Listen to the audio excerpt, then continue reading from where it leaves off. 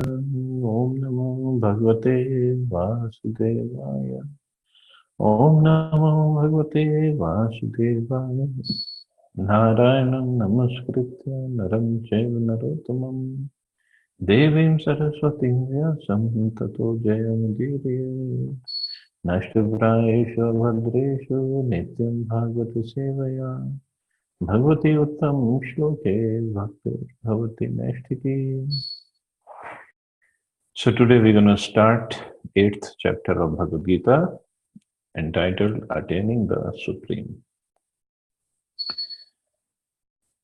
So before this chapter, the last two verses of 7th chapter, because that's where the continuation of 8th chapter is. So Krishna says in chapter 7, text 29, intelligent persons who are endeavoring for liberation from old age and death take refuge in me in devotional service. They're actually Brahman because they entirely know everything about transcendental activities. And then 30th verse he says, those in full consciousness who know me, the Supreme Lord, to be the governing principle of material manifestation of the demigods and of all methods of sacrifice, can understand and know me, the Supreme Personality of Godhead, even at the time of death. So now, text 1 of 8th chapter. Arjuna Vacha Kim tad brahm kim adhyatmam kim karma purushottam adhibhutam cha kim proktam adhidhevam kimuchyate. Arjun inquired, O my Lord, O Supreme Person, what is Brahman? What is self? What are fruitive activities? What's this material manifestation and what are the demigods? Please explain this to me. So he has 5 questions here and then 3 questions in text 2. So 5 questions are Brahman, what is Brahman, what is self, what are fruitive activities of karma, what is material manifestation, and what are the demigods. In this chapter, Lord Krishna answers different questions from Arjuna, beginning with what is Brahman. The Lord also explains karma, devotional service, and yoga principles, and service in its pure form. That the truth is known as Brahman and Bhagavan. In addition, the living entity, the individual soul, is also called Brahman. Arjuna also inquires about Atma, which refers to the body, soul, and mind. According to Vedic dictionary, Atma refers to mind, soul, body, and senses also. Arjuna has addressed the Supreme Lord as Purushottam, Supreme Person, which means that he was putting these questions not simply to a friend, but to the Supreme Person, knowing him to be the supreme authority able to give definite answers. So next text. Adiyagya katham kvatra dehe asmin madhusudana prayana kale cha katham geyo asi niryatatma bhi.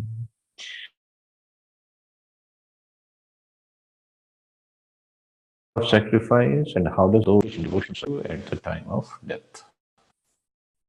So in 2 verses, Arjuna asked 8 questions and Krishna will answer all of them. Lord of sacrifice may refer to either Indra or Vishnu. Vishnu is the chief of the primal demigods, including Brahma and Shiva, and Indra is the chief of the administrative demigods. Both Indra and Vishnu are worshipped by yajna performances. But here Arjun asks, who is actually the Lord of yajna sacrifice and how the Lord is residing within the body of the living entity? Means, how is he living as Paramatma? Arjun addresses the Lord as Madhusudan because Krishna once killed a demon named Madhu. Actually, these questions, which are of the nature of doubts, should not have arisen in the mind of Arjun because Arjun is a Krishna conscious devotee. Therefore, these doubts are like demons. Since Krishna is so expert in killing demons, Arjun here addresses him as Madhusudan, that Krishna might kill the demonic doubts that arise in the mind of Arjuna. Now, the word Prayanakale, this verse is very significant because whatever we do in life will be tested at the time of death. So Arjun wants to know what happens at the time of death. Arjun is very anxious to know of those who are constantly engaged in Krishna consciousness. What should be their position at that final moment? At the time of death, all the bodily functions are disrupted and mind is not in a proper condition. Thus, disturbed by the bodily situation, one may not be able to remember the Supreme Lord. Maharaj Kulashekar, a great devotee, prays, "My dear Lord, just now I am quite healthy, and it's better that I died immediately so that the swan of my mind can seek entrance at the stem of your lotus feet." The metaphor is used because the swan, a bird of water, takes pleasure in digging into the lotus flowers. Its sporting proclivity is to enter the lotus flower.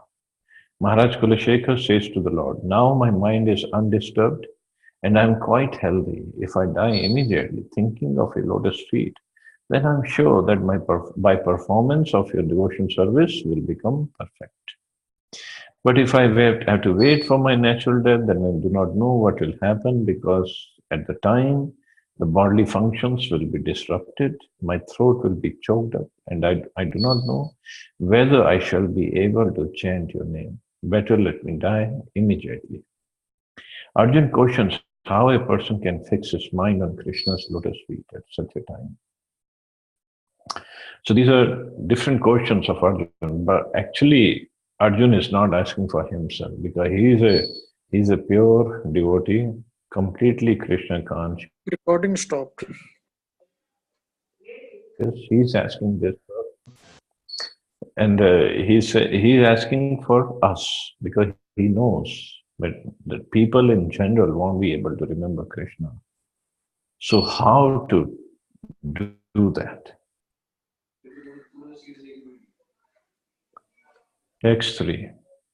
Shri Bhagwan Uvacha Aksharam Brahma Paramam Subhavo Adhyatmam Uchyate Bhut Bhavo Bhavakaro Visarga Karma Sangitaha. The Supreme Personality of Godhead said, the indestructible, transcendental, living entity is called Brahman, and his eternal nature is called Adhyatma, the Self. Action pertaining to the development of material bodies of the living entities is called karma or fruitive activities. So, what is Brahman? Brahman is indestructible. Yes. Brahman is indestructible and eternally existing, means he is referring to the soul. And its constitution is not changed at any time. But beyond Brahman, there is Parabrahman. So Krishna is the Supreme Personality of Godhead. He is considered a Parabrahman. Vishnu, Krishna, we can refer to any of those. Living entity is Brahman. So when we say Aham Brahmasmi, when some people say, especially the Mayavadis, so basically they're referring to, yes, we are Brahman, but Krishna is Parabrahman. We are not Krishna. There's a difference between us living entities who are spiritual in nature and Krishna is living entity who is also spiritual in nature. And Prabhupada again and again quotes one verse, Nityo Nityana Chetnas Chetnana. Of all the Nityas, of all the eternals, he is a different Nitya. He is a different eternal. Of all the conscious beings, he is another conscious. He is different conscious being. Why? Because he maintains all the other Nityas, all the other uh, living entities. Eko bahuna yo vidadhati kaman. So this is what Prabhupada is writing. But beyond Brahman, there is Parabrahman. Brahman refers to the living entity and Parabrahman refers to the Supreme Personality of Godhead. The constitutional position of the living entity is different from the position he takes in the material world. In the material consciousness, his nature is to try to be the Lord of matter. But in spiritual consciousness, Krishna consciousness, his position is to serve the Supreme. So when the living entity is in material consciousness, he has to take on various bodies in the material world. This is called karma, or varied creation by the force of material consciousness. So, in material consciousness, when we are in the material consciousness, by our karmas, by our activities, we have to take on different material bodies. But this is not our constitutional position. This is separate, this is different from what we are in the spiritual world. In the Vedic literature, the living entity is called Jivatma and Brahman, but he is never called Parabrahman. The living entity, Jivatma, takes different positions. Sometimes he merges into the dark material nature and identifies himself with matter. And sometimes he identifies himself with the superior spiritual nature. Therefore, he is called the Supreme Lord's marginal energy.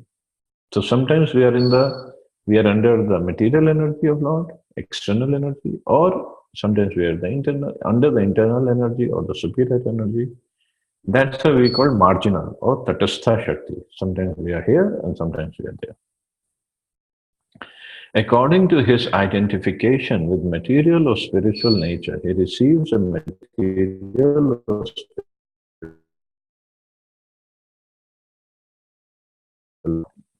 In material nature, he may take 1,000 species. Nature, he has only one body.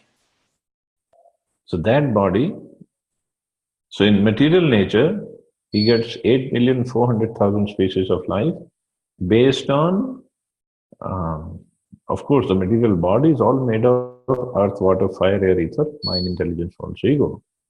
But this selection of species, and even in a species, particular species, what body, like in animal species, there are like 20 lakh species of animals. So what body is going to get depends on the what permutation combination of the three modes of nature that soul is going to be born into. There are only three modes of nature: goodness, passion, ignorance. But the permutation combination at the time of birth, or in fact at the time of death, that permutation combination at the time of death will decide what body we will take next. So that's where the whole difference is. Whole game is played in the three modes of material nature. Of course, Krishna will further explain it's the consciousness at the time of death. But the consciousness at the time of death then guides the material modes of nature. Okay, this goodness could be 5%, passion could be 80%, and ignorance could be whatever, 15% left. Then he gets a body according to that. So it could be ignorance 6% and passion 10% and goodness a lot. Then he gets different kind of body. In material nature, he is manifested sometimes as a man, demigod, animal, beast, bird, etc., according to his karma. To attain material heavenly planets and enjoy their facilities, he sometimes performs sacrifices, yajna.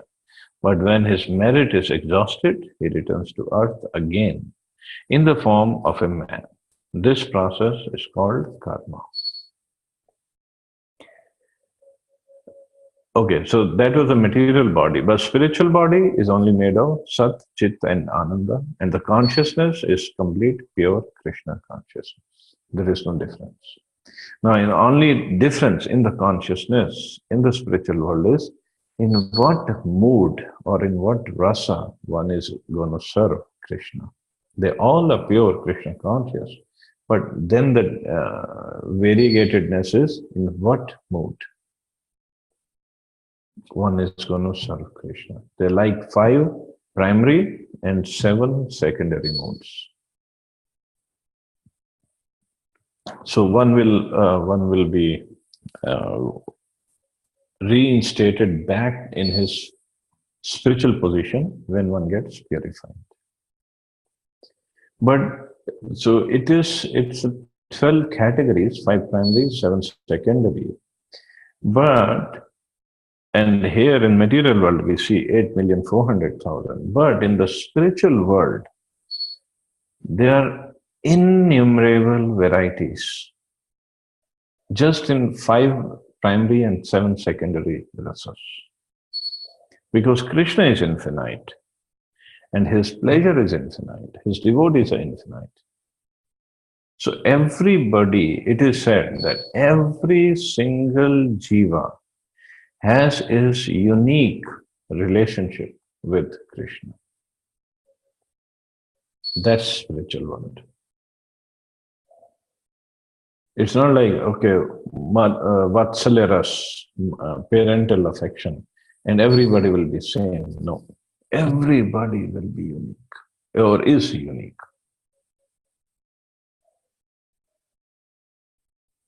That is a beauty.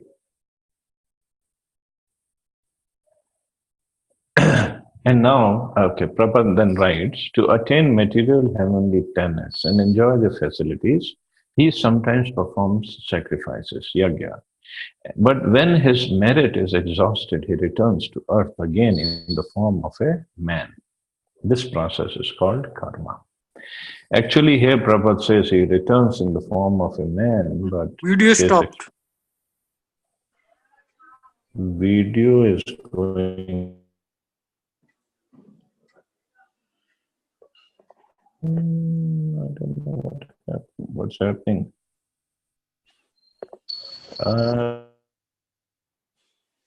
There's no location. Maybe. So in 9th chapter, there is a verse that says, "Shine punya marte lokam vishanti." Once bank balance of pious activities is finished, so from heavenly planet, the jiva falls down on earth. Martilok is this earth only. So he falls down again and then he starts his process of birth, death, old age, disease again. So this, so going to heavenly planet, yes, he goes there for a certain time period and then he falls down again. So that's why this whole material world is called samsara. Samsara means cycle of birth and death, where one suffers the cycle of birth and death. Chandogya Upanishad describes a Vedic sacrificial process. On the sacrificial altar, 5 kinds of offerings are made into 5 kinds of fire. The 5 kinds of fire are conceived of as the heavenly planets, clouds, earth, man, and women. And the 5 kinds of sacrificial offerings are faith, the enjoyer on the moon, rain, grains, and semen. I don't know all these details. How does it work? But if somebody wants to know, he can read Chandogya Upanishad. In the process of sacrifice, the living entity makes specific sacrifice to attain specific heavenly planets and consequently reaches them. When the merit of sacrifice is exhausted, the living entity descends to earth in the form of rain that takes on the form of grains. And the grains are eaten by man and transformed into semen, which impregnates the woman. And thus the living entity once again attains the human form to perform sacrifice and so repeat the same cycle. So here Prabhupada explains a little bit. But in detail, what happens, so somebody goes to heaven after performing sacrifices. So he's enjoying in heaven. In heaven, there is no such thing as the old age and disease as we know of on earth. So in heaven, he enjoys. So suppose the life there is of 100 years. Of course, their 100 years is very long when we calculate according to earth years. So, but they lived for 100 years over there. Like Brahmaji also lived so 100 years in Brahmaloka. But that 100 years in Brahmaloka is equivalent to 311 trillion 40 billion years on earth. So 100 years, So 99 years, the person enjoys complete enjoyment, complete sense gratification. So last 1 year, some problems happen. So he loses some bodily strength. He doesn't get old just like we do, but he loses some strength. So then what happens at the time of his death, when he has to leave the heavenly planet? So suppose he is with his friends and they all are enjoying, the apsaras are dancing, they're drinking somras, and all of a sudden this person A has to get out enjoying. Of course, he's going to cry because now his time is up and he knows he has to go away. So he cries, and but when he comes out of the heavenly planets, so he finds lots of asuras there, demons, because they're always constant fighting between demons and demigods. Demons are always attacking. So they find this soul, this jiva coming out of the heavenly planet, and they grab him and they beat him up also. So first he's crying because he's not enjoying with his friends, and then he gets beaten up by these demons. So he cries and cries, and that's what Prabhupada is writing. Living entity descends to earth in the form of rain. So with his tears, which mixes up with the rain, so this jiva falls on earth. Then with rain, he goes into grain, into the plants, different plants. So now it depends upon which person or which animal. So animal, if an animal eats a plant, this jiva gets an animal body. If a human being eats a plant, then it is said in Bhagavatam that the soul enters the semen of man, and at the time of relationship, the soul in the semen of the man transfers to the womb or egg of the woman, and where it meets and produces a new body. So this jiva, it came to the grain, and if the man eats the grain, then from the grain, the soul goes from the stomach to the semen, and from the semen, at the time of relationship, the soul enters the lady's body, and then he develops the baby's body. And this is how he takes up birth again and starts the process all over. The Krishna conscious person, however, avoids such sacrifices. He takes directly to Krishna consciousness and thereby prepares himself to return to Godhead. So that's a difference. So the process of going to heaven is to perform sacrifices, and like in Chandogya Upanishad, it is said, one can perform a specific sacrifice to go to a specific heavenly planet. But these days, going to heaven is very troublesome.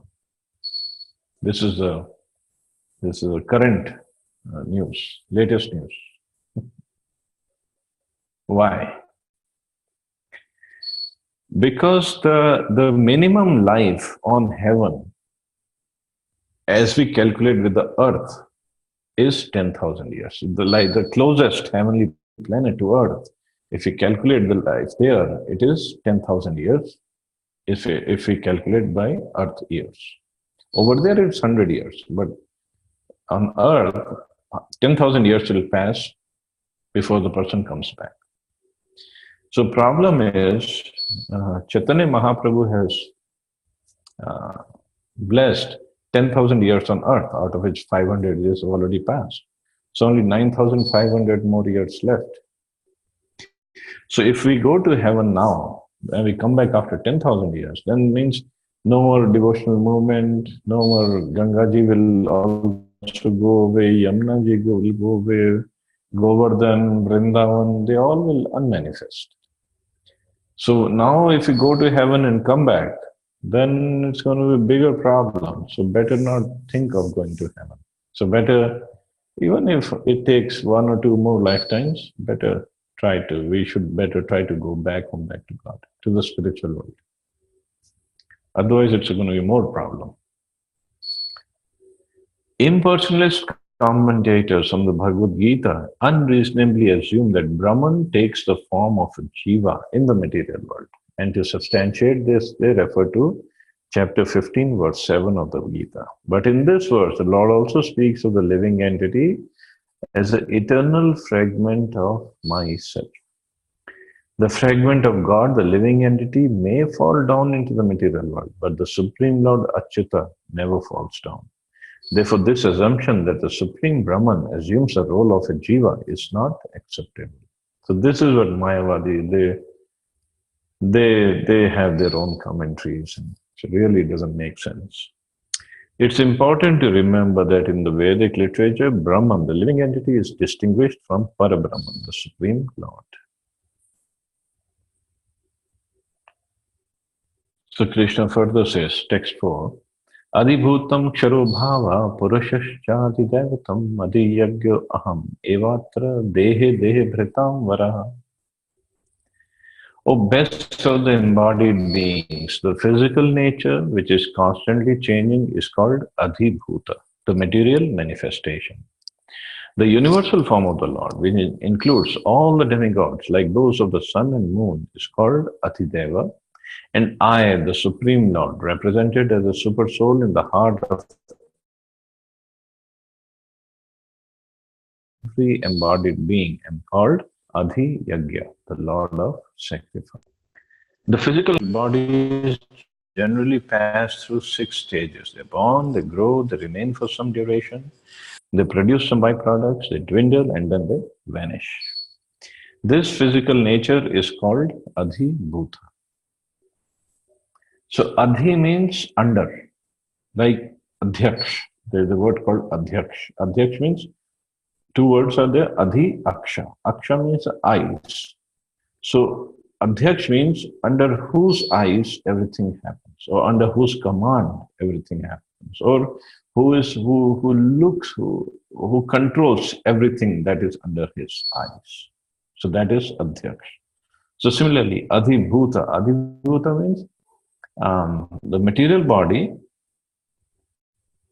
of physical nature which is under the control of the living entity. So that is Adhibhuta. It is created at a certain point and it will be annihilated at a certain point. The conception of the universal form of the Supreme Lord, which includes all the demigods and the different planets, is called Adhidevata. So supreme universal form is called Adhidevata because every demigod comes under that universal form of the Lord. And present in the body, along with the individual soul, is a super soul, a plenary representation of Lord Krishna. The super soul is called the Paramatma or Adhi Yagya and is situated in the heart. Means every yagya is supposed to be done for the pleasure of the Lord. The word Eva is particularly important in the context of this verse because by this word, the Lord stresses that Paramatma is not different from him. So Paramatma is an expansion of Krishna. The super soul, the supreme personality of Godhead, seated beside the individual soul, is a witness of the individual soul's activities and is a source of the soul's various types of consciousness. But he does not give the various types of consciousness on his own. It depends upon the individual's karma, the desire, whatever he does, and that's how his consciousness is developed. The super soul gives the individual soul an opportunity to act freely and witnesses his activities. The functions of all these different manifestations of the Supreme Lord automatically becomes clarified for the pure Krishna conscious devotee engaged in transcendental service to the Lord. So, super soul gives the soul an opportunity to act freely and witnesses his activities. So, he does many things. He is a witness, he is a sanctioner, and he lets the individual soul to act freely. The gigantic universal form of the Lord, called Adhidevta, is contemplated by the neophyte who cannot approach the Supreme Lord in his manifestation as Supersoul. The neophyte is advised to contemplate the universal form or Virat Purusha, whose legs are considered the lower planets, whose eyes are considered the sun and the moon, and whose head is considered the upper planetary system. So, universal form, we'll see later on also in 11th chapter, where Arjun asks for that, to see the universal form. It's an imaginary form. It's not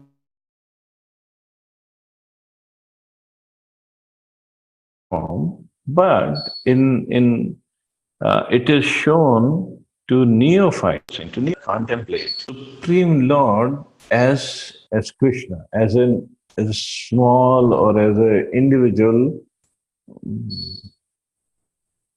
who looks just like us.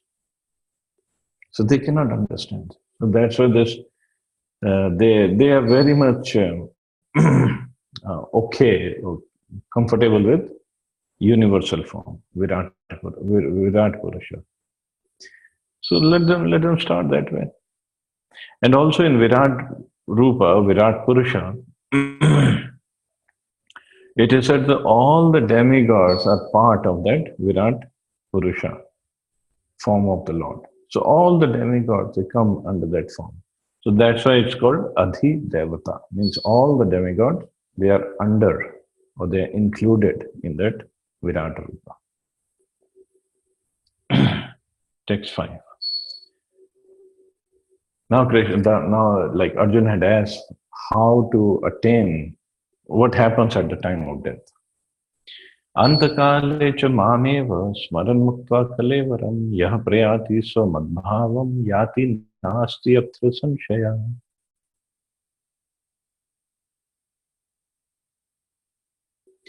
And whoever at the end of his life, me alone, at Mam Eva. Eva means certainly or only. Just think of me and then you'll come back to me. Simple as that. In this verse, the importance anyone who consciousness is at once transferred to the transcendental nature of the Supreme Lord. The Supreme Lord is purest of the pure. Therefore, anyone who is constantly Krishna conscious is also the purest of the pure. The word smaran, remembering, is important. Remembrance of Krishna is not possible for the impure soul who has not practiced Krishna consciousness in devotional service. Therefore, one should practice Krishna consciousness from the very beginning of life. If one wants to achieve success, at the end of his life, the process of remembering Krishna is essential. Therefore, one should constantly, incessantly chant the Mahamantra, Hare Krishna, Hare Krishna, Krishna Krishna, Hare Hare, Hare Ram, Ram Ram, Hare Hare. Lord Chaitanya has advised that one be as tolerant as a tree. There may be so many impediments for a person who is chanting Hare Krishna. Nonetheless, tolerating all these impediments, one should continue to chant Hare Krishna, Hare Hare, Hare Ram, Ram Ram, Hare Hare. So that at the end of one's life, one can have the full benefit of Krishna consciousness. So whatever, Antakalecha Mame, whoever at the end of his life quits his body remembering me alone, attains my nature. Means we cannot remember or think of Krishna at the time of death if we haven't practiced it throughout our lives. It's simple as that. So we have to practice. Because first of all, we are not certain when we are going to die. So any day could be our final exam. And in this final exam, like those who have kids, they know final exam is very difficult. The kids study throughout so many days, they're preparing, because they know when the final exam is. Only thing, they don't know what the question is. They know the time, they know the date, but they don't know the question. So for that question or questions, they had to prepare so diligently, so seriously. In our condition, in our case, our final exam of life, this is for everybody. We don't know the time, we don't know the date, we don't know the place either. Where is the examination center? We don't know. Only thing we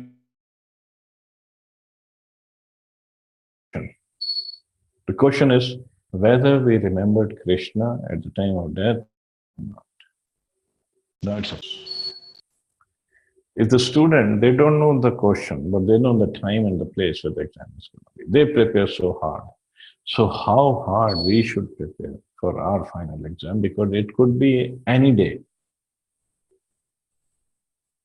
It could be any day for anybody and any place.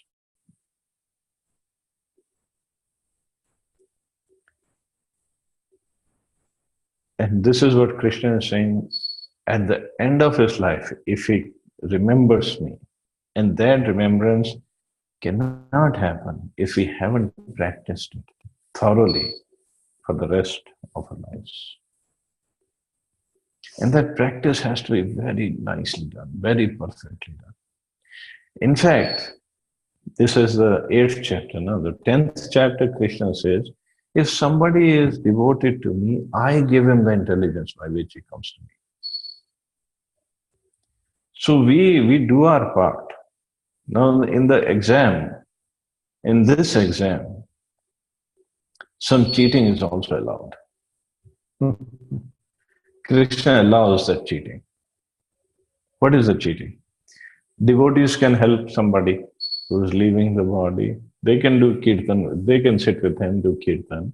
And moreover, Guru can come, Krishna himself can come to take us back if we have served him nicely throughout our lives. Because this is a question once devotees asked Srila Prabhupada. The Prabhupada, if this verse says, if at the time of death we remember him, then we go back. But what if we served him nicely throughout our lives? We have dedicated our lives in his service. But still, because of some reason, because of some of our old sanskaras, old habits, we cannot think of Krishna at the time of death. Then what will happen? So Prabhupada said, if you have served him nicely throughout your life, and if for some reason you cannot think of Krishna at the time of death, then he will think of you at the time of your death and take you back with him. Because Krishna is a person. He's not some light, with no feelings, no emotions, no loving reciprocations with his devotees. He's the person. He's a supreme person. We have some emotions. He is full of unlimited, infinite number of emotions. If we cannot think of him at the time of death, if we have served nicely, he will think of us. Or like in 6th chapter, when we studied about the different yogis leaving the body, and if a yogi has performed his yoga and after he leaves the body after making a good progress, at least he gets a berth in the house of transcendent bliss, where he starts his yoga process again. So there is no loss on this path. That's what Bhagavad Gita says. So any progress that we have made, it's permanent. Any progress that we make, it will definitely help us in this lifetime and next lifetime. But it is much better if we devote this lifetime nicely in His service, so there is no chance of us coming back ever again. It's available, it's achievable by everybody, it's achievable by all of us. That's why Krishna is mentioning in Bhagavad Gita. And Prabhupada asks us to distribute Bhagavad Gita all over the world, on the streets. Means it's an open secret. Anybody and everybody can take advantage of it. And that's what we have to do. That's why so many, like month of Kartik is there. So we all are trying to increase our chanting. Ekadashi festivals are there, other festivals come. That festival means, the real meaning of festival is we should engage more and more in the service of Krishna. By chanting, by reading, by doing Krishna Katha, by serving him physically, by serving him financially, serving his cause financially, whatever way we can. Idea is like for the money part, it is said, no? The person goes where his money goes. If he sees that he is giving his money somewhere, he definitely tries to visit, and his mind also goes that way. So not just the money, we have to engage ourselves in the service also. The different processes. So we engage ourselves in those processes. Idea is to just remember Krishna favorably, that is bhakti. And if we make it as a nature, then definitely at the time of death, what will happen? This is our nature. It has become my consciousness, my nature to remember Krishna. What will happen? Krishna will take us back. Nothing else can happen then.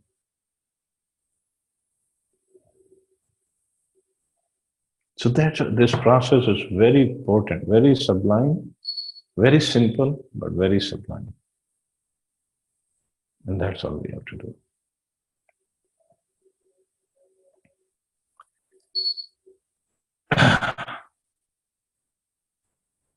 But, and then next verse, Krishna says, Yam yam vapi smaran bhavam tyajati ante kalevaram tam tam evaiti kaunteya sada tad bhava bhavita. Whatever state of being one remembers when he quits his body, O son of Kunti, that state he will attain without fail.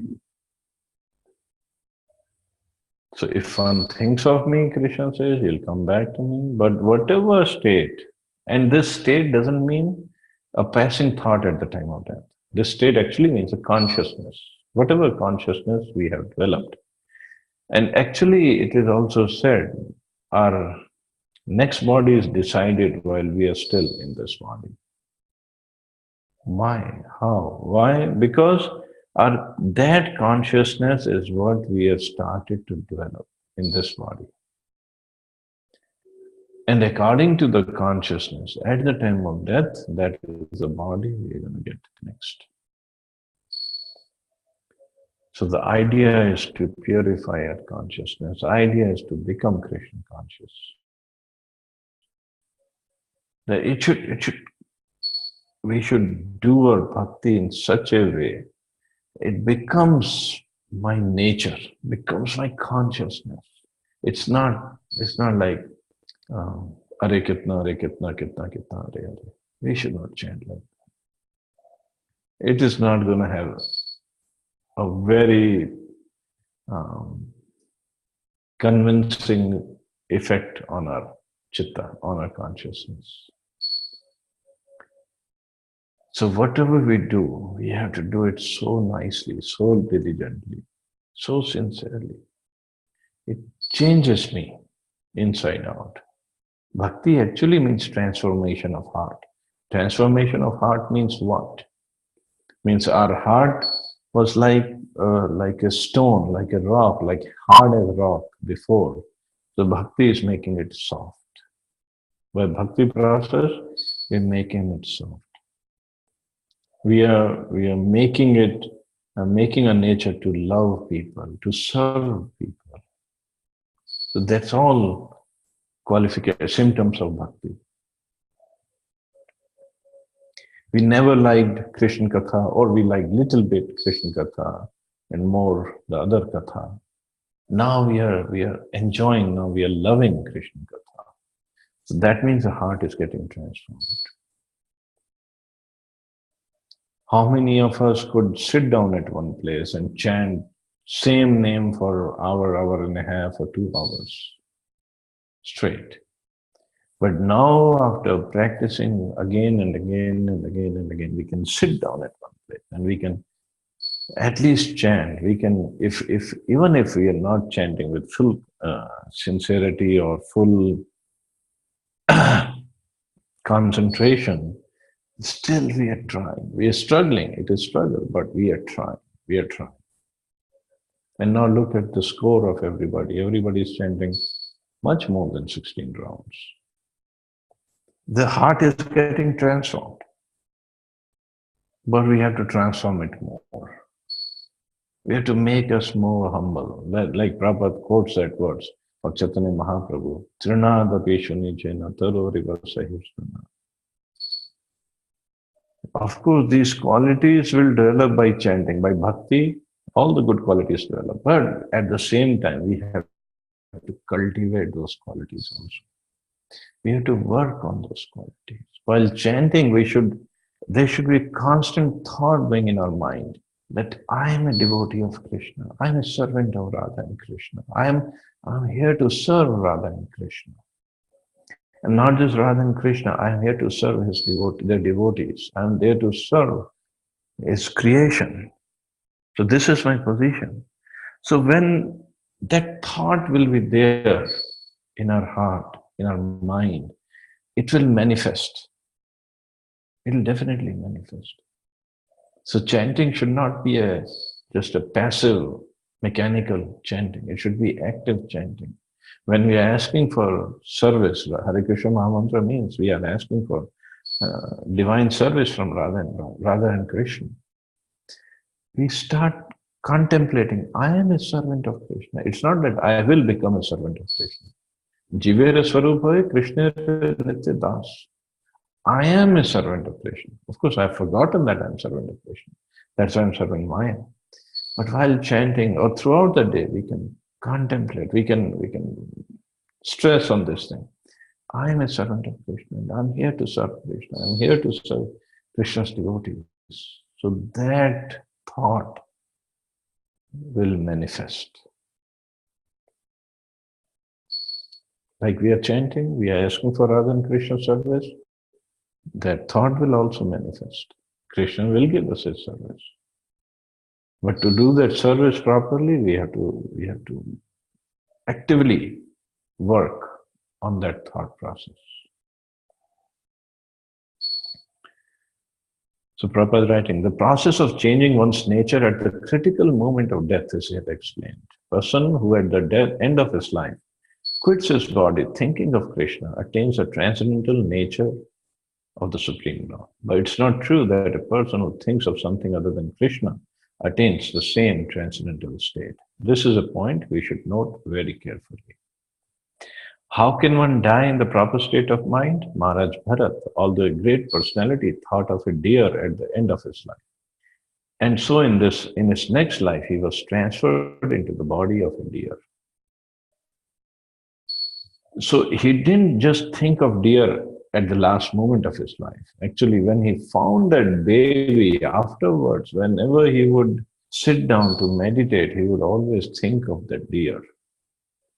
He was always thinking, oh, the deer, whether he has eaten his food, whether he ate in its grass, or whether he's okay, he's safe, he has enough room to move around, or I hope no tiger is approaching him. He was always constantly thinking of the deer. So that's why at the last moment he was thinking of deer. And that's why he got the body of a deer. Not just thinking, he was really attached to that deer. So whatever we will get attached to in this life, our consciousness will drive towards that. So that's why for devotees, they say it is recommended we should not keep pets in the house. Because pets are pets. Pets means they are fully dependent upon us. They're very cute, very adorable, no doubt, but they're fully dependent. So we get attached to them.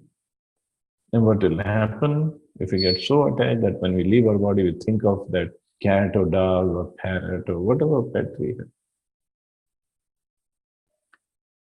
It doesn't mean there's something wrong with the pets. No. Something wrong with the animals. No, animals are very good. It's we develop that attachment. That's where the problem is. We have to develop attachment for Krishna, Krishna's name, Krishna's service, Krishna Katha. And if it gets diverted, just like in the case of Maharaj Bharat, then he had to take the body of a deer. Of course, Prabhupada says, although as a deer he remembered his past activities, he had to accept that animal body.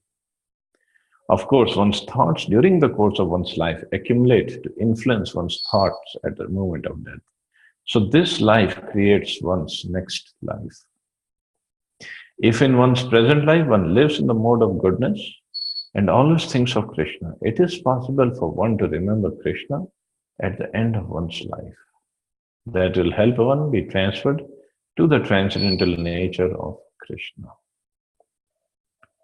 So this life, this opportunity that we got to remember Krishna, to serve Krishna, we should not waste it. Even in the association of devotees, sometimes we take it very lightly, or we take it for granted. Even weak to thinking of something, not for gossiping. So if we go, like Radha Prabhu is planning to take everybody to Vrindavan, so please go, please visit, but visit in the mood of service. Chant more over there, take more darshan, listen to more katha. We are not going there for shopping or some picnic. We're going there to get, so that we can get absorbed in the mercy of Krishna, in the dham of Krishna. So I'll stop here. See anybody have any questions or comments?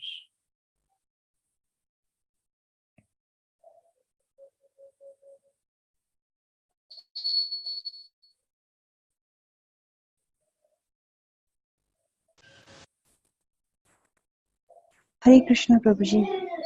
Hare Krishna. One question. As you said that if we do a lot of bhakti and all, so we will not get into this material life again, right?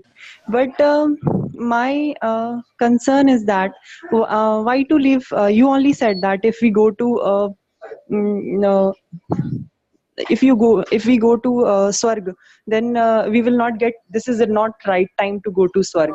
So if we will not get time for all these chanting and all, so why to think of not to think about this material life again, where we are again getting chance to chant more and more and to be more close to God. So I think our aim should not be a liberation. Our aim should be chanting more and more, even though we take rebirth, but we should be chanting, right? It's my just Well, thought. yeah, if bhakti is the goal, then the devotee doesn't even want liberation. But we are not asking for liberation. We are asking Krishna to take us back to his spiritual world where we can serve him nicely in association of so many wonderful devotees. That is the idea. So the problem is if we take birth again here, what are the chances? Because the Kali Yuga is getting more and more burst. So if we take birth again, we have to suffer more because Kali Yuga is getting bad. And what are the chances that we'll get the association from day one of devotees? What are the chances that we'll get into bhakti process very easily? And we will have this body which is going to be diseased anyway. So it's going to get more and more difficult. That's all. That's why devotee aspires to just finish off the process in one lifetime only. Is it okay? Yeah. Okay, means any which ways we will be serving Krishna, even though not in this material world. So it is, yeah, right. Yeah. Thank Our aim is not liberation. Moksha is not our aim. you. Yeah, Prabhuji. Yeah, thank you. Hare Krishna, Prabhu. Hare Krishna. Hare Krishna. Prabhu, what happens to those who think of money only at always, so they would only think of money at the time of death as well? Do they become Dhirubhai Ambanis or stuff like that? Baniya. Nah, to become Dhirubhai Ambani, one has to do lots of pious activities to become that rich. Or one has to do devotional service. Because from bhakti also one can be born in a rich family. If one constantly keeps on thinking of money, then it is said, na, in some places that snake is always sitting on money. Ah. And Prabhuji, these I don't know what we call them, the employees of Yamraji, Yamduta. Danas or whatever.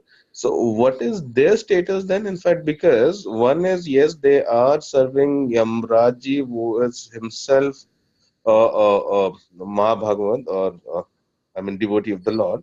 But look at them, in fact, because I mean wherever it is depiction or spoken of, they look like uh, demons. So what is their position? I believe Prabhupada has explained at some place. They are like we are. We will go to suppose if we have done bad activities, we'll go to hell, right? Or we will go. So Prabhupadas are like monitors of that class of Yamloka. They are from Yamloka, but they have become monitors by they are doing something good. So Yamraji has appointed them as monitors, and they get Uh-huh. some extra service. Thank you. About that person thinking of money, there was one example Prabhupada gave. He said, suppose you desire to have birth in the White House. Now your karma is not there that you become president of the United States and then enter White House. So you might become a cockroach in the White House. Ah, So that is also going to White House, taking birth in White House, but as a cockroach, not as a president. So, so karma has also to support our desire.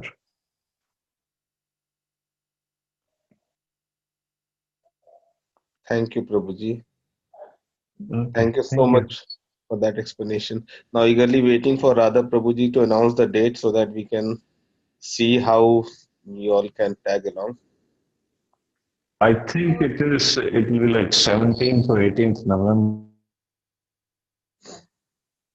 Shashwati Mataji will be back by then. We'll eagerly wait for a So prasadam whatever as you all well. decide, Yes, Prabhuji, that that you all have to arrange. Yeah, Shashwati Okay. Mataji and Today, don't talk about prashadam. It's Karma Chauth, so don't talk about prashadam today. Kadwa Sacha. Karma Chauth. कितना cute लग रहा है अभी लगेगा बना Okay, all thank you all very much. Have a wonderful day. Hare Krishna. Jai Shri Hare Prabhupada. Krishna, Prabhuji. Thank you so much, Prabhuji. Hare Krishna. Thank you.